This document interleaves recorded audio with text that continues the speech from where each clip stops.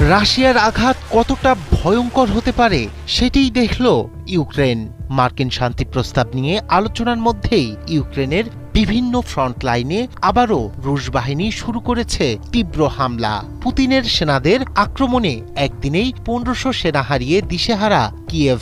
পাশাপাশি বিশেষ এই সামরিক অভিযানে ধ্বংস করা হয়েছে ইউক্রেনীয় বাহিনীর 651টি ড্রোন, 51টি মিসাইল সহ বিপুল পরিমাণ সামরিক সরঞ্জাম।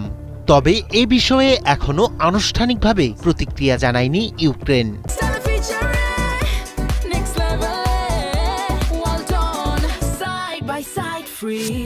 চলমান যুদ্ধ পরিস্থিতি ও শান্তি আলোচনার প্রেক্ষাপটে দুই পক্ষের অবস্থান আরও উত্তপ্ত হয়ে উঠেছে। অন্যদিকে ইউক্রেন সংঘাতকে কেন্দ্র করে আমেরিকার সাথে ইউরোপের সম্পর্কে ধরেছে চূড়ান্ত ফাটল। Bloodshed and chaos across the Middle East.